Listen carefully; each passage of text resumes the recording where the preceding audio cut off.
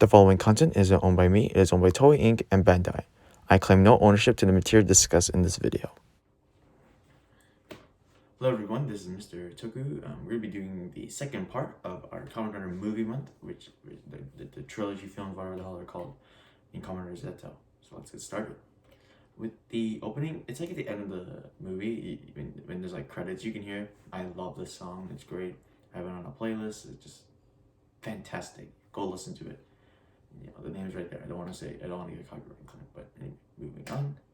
So a little bit of brief history fact. Kamen Shin, Zero, and J are considered Showa, even though they're made in the 90s, which is part of the Heisei era. Kind of a weird thought, but to organize things better, it does make sense. I mean, saying Shin is the first Heisei writer is a bit iffy, so makes sense there. Anyway, moving on. Let's talk about the hero. This is a movie where the Kamen Rider really isn't the main character. It's about a boy. So I'm gonna talk pretty briefly about the main hero. Masaru Aso. He was alright as a character. He was like a father figure to this kid who's like this kid who doesn't have a father because his father did something bad and blah blah blah. I really don't want to go into details, so anyway, but yeah, he is just an okay. I love the suit though. His suit is pretty good. It's like on a grasshopper, and it's just it looks very natural, very nice, and yeah, it looks good. Moving on.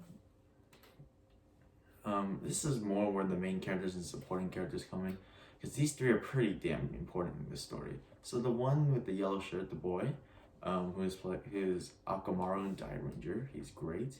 He is the boy of the movie, the main character. His main motivations, I think, was just to find his father, who's the one in the middle, but his father turns out to be the guy who made the Neonoid, so bit of an iffy situation we have here, folks. And then the grandpa's just different because it's just a supporting character.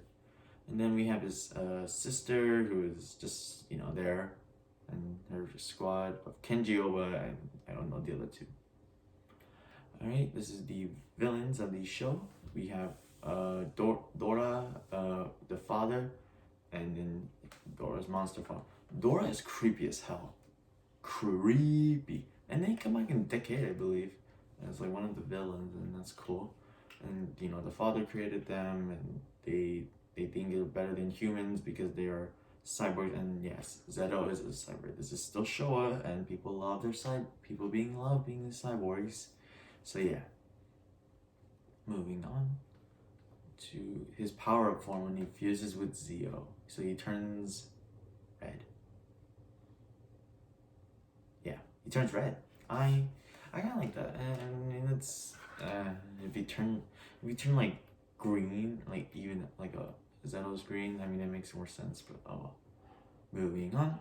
The story of this show is not the show. This movie. Man, I've been reviewing shows lately. Hard to get used to movies, but the story of this movie is pretty basic. Kind of this kid finds his father becomes evil, save the father, save the kid, and then move on. So yeah. My favorite and least favorite moments in this movie. My favorite moment in this movie, when he was fighting the final monster. It's always great to see the final fight of the movie because, I mean, they have a manga for this show. There's a manga for this, and even Shin and Jay, I believe. But I think the movie pretty encapsulates the fighting pretty well, and it's really good. My least favorite moment was with the spider lady. That little the stop motion. I hated that. It was creepy. It was creepy as hell. But oh well. Oh yeah, his henshin sequence is also part of the least favorite. He's literally like henshin, and then he just becomes the Kamen Rider. It's just pretty simple, but I like that. Moving on. Is it rewatchable? It's an hour film. You can rewatch it. It's not that hard to rewatch. And it's pretty basic, but again, a lot of the movies I really don't recommend to rewatch after. I mean, if you want to rewatch it, go ahead. I advise you to. There's two sides to this. Let me explain. The side of rewatching it, yes, it's a very good movie. It's pretty good actually. I think it's better than Shin, but it's very you know, you can watch again, you know some of the things, you can understand it more. But then again, the surprise factor is out, which really there isn't really that much of a surprise element. So I guess you can rewatch it. I guess, yeah, you can rewatch it. So I'm gonna do this new section on my reviews. Shows I connect this to.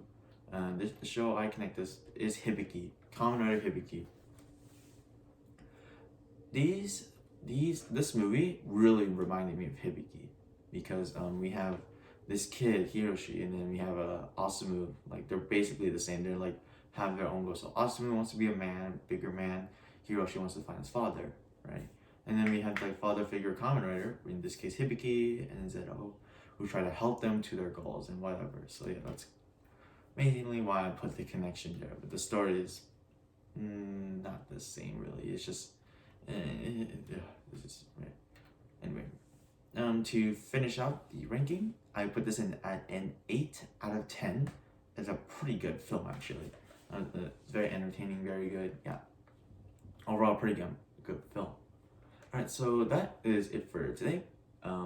Like, subscribe, follow my Twitter, and I'll see you guys next week. Bye bye.